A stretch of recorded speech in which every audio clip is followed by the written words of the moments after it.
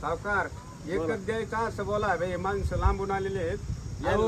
12,000 भाडे. लांबून आपल्या नावावर आले त्याच्यामुळे ते सांगितले, नाही तर सांगायला दुसरे रेट एक तुम्ही एक फायनल म्हणलो ना 1,55,000 भावाने देऊ. म्हशी बी हलक्याने 14 लिटर दूध काढलेले म्हशी. 1,55 म्हणले आणि 1,50 म्हणले आणि आम्ही 21 नी 1,25 माहितले तुम्ही देता 21 नी 1,25 गुडघ्याने पंढरपूर काय होईल. असेल ते एक काय असेल final ते बोलायचं. मर्दावाने 2 शब्द त्यांनी बोलावा. त्यांनी बरोबर आहे की नाही? आपल्याला 2 रुपये खर्च न्यायला आणायला.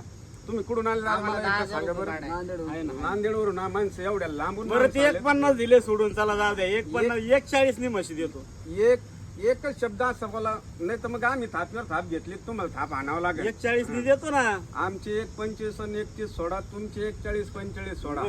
एक थाप मारल्यावर थाप मारावं लागेल ना.